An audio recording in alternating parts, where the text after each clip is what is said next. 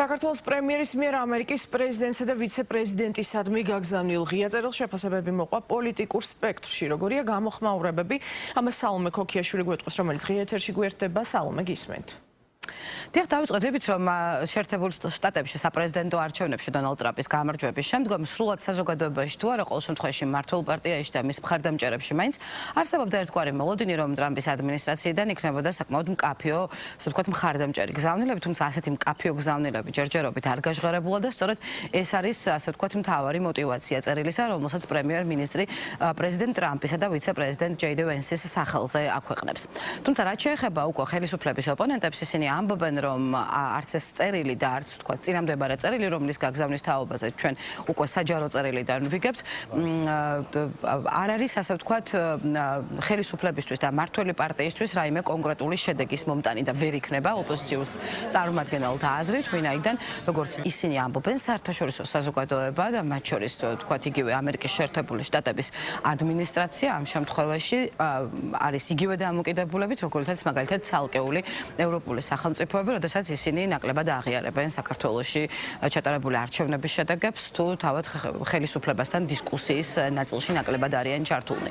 ოპოზიციის წარმომადგენლებს მიაჩნიათ, რომ ეს არის ერთგვარი სასოწარკვეთილი მცდელობა ხელისუფლების მხრიდან იმისა, რომ მიიქციონ ამერიკის შეერთებული შტატების ახალი ადმინისტრაციის ყურადღება და მათი აზრით სინამდვილეში ქართული ოცნებისა და ტრამპის ადმინისტრაციის გზავნილებს შორის ნაკლებად იკითხება რაიმე თანხვედრა. იმიტომ ვერ მიიღო პრეზიდენტ ტრამპისგან და მისი ადმინისტრაციისგან საპასუხო წერილი, რომ მათ არ აღიარებენ და ეს ყველამ კარგად ვიცით, რომ არც ერთი ცივილიზებული ქვეყანა ამ კრიმინალთა რეჟიმს პუტინის რუსეთის მეხუთე კოლონას არ აღიარებს როგორც ლეგიტიმურ ხელისუფლებას. რაც შეეხება თანხვედრას, არაფერში არ არის თანხვედრა, ეს არის მოჩვენებითი თანხვედრა, ისე როგორც მოჩვენებითი იყო ის ლაპარაკიო თითქოს ივანიშვილის ბანდას უნდოდა ევროკავშირში გაწევრიანება, ნატოში გაწევრიანება. ეს არის კიდევ ერთხელ უკვე ღიად დადასტურება იმ ფაქტისა, რომ ვერანაირ დახურულ კარს მიღმა მოლაპარაკება ამერიკის შეერთებულ შტატებთან საქართველოს ხელისუფლების ვერ მოხდა და ახლა უკვე ღიად მოხდა წერილის გავრცელება იმასთან დაკავშირებით და აღიარება, რომ ამერიკის შეერთებულ შტატებთან მოლაპარაკება ვერ განახლდა ახალი ადმინისტრაციის პირობებში. ეს არის უსუსურობის სასოწარკვეთილი გამოვლინება, უსუსურობის ისეთი ხარისხია, რომ სერიოზულად კომენტარის გაკეთებაც ჭერს, მაგრამ ძიმე არის ის, რომ როგორც გითხარით, ქართველი ხალხის და საქართველოს სახელმწიფოს სახელით აგზავნიან მსგავს წერილებს.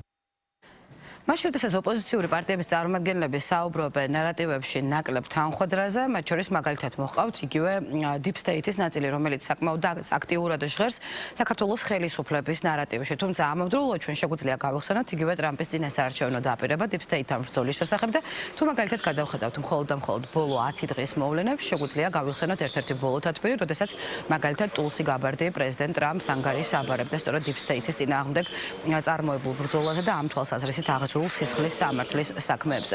მმართველი პარტიის წარმომადგენლები ამბობენ, რომ თანხვედრა ნარატივებში არის ძალიან მაღალი. თუ გავიხსენებთ მაგალითად იგივე USAID-ს, NED-ს მათ მიერ დაფინანსებულ პროექტებს, რომელთა მუშაობაც ამერიკის შეერთებულ შტატებში პრეზიდენტ ტრამპის გადაწყვეტილებით უკვე არის შეჩერებული.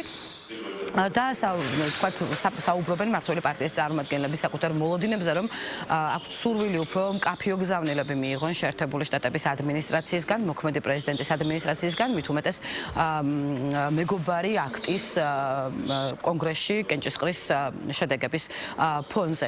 როგორც მმართველი პარტიის წარმომადგენლები ამბობენ, მორიგი ღია წერილიც სწორედ იმას ემსახურება, რომ კიდევ ერთხელ მიმართონ ამერიკის შეერთებული შტატების ადმინისტრაციას და კიდევ ერთხელ დააფიქსიროს მმართველმა პარტიამ მზადყოფნა საიმისოდ, რომ ამ ვთქვათ საერთო გზავნილებისა და ამოცანების თანხვედრის ფონზე საქართველო მზად არის ამერიკის შეერთებულ შტატებთან ურთიერთობების გადახედვისთვის, განახლებისთვის და სუფთა ფურცლიდან დაწყებისთვის.